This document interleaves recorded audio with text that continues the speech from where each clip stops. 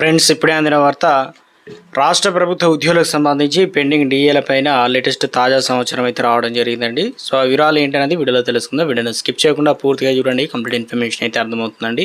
మీలో ఇంకెవరైనా సరే మన ఛానల్ సబ్స్క్రైబ్ చేయకుండా చూస్తున్నట్లయితే వెంటనే మన ఛానల్ సబ్స్క్రైబ్ చేసుకోండి. ప్రభుత్వం నుంచి వచ్చే లేటెస్ట్ అప్డేట్స్ అన్ని కూడా మీ ఫోన్ నోటిఫికేషన్ రూపంలో అందించడం జరుగుతుందండి. చూస్తున్నారు కానీ లైక్ చేయడం మర్చిపోతున్నారు. దయచేసి లైక్ చేయండి. లేట్ చేయకుండా లైక్ తెలియదు.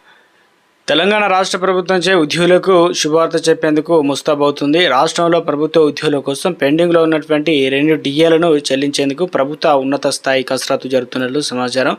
ఉద్యోగ సంఘాల అభ్యర్థన మేరకు ఈ నిర్ణయానికి దారితీసే అవకాశం ఉన్నట్లు కూడా అధికార వర్గాలు అయితే వెల్లడించాయి.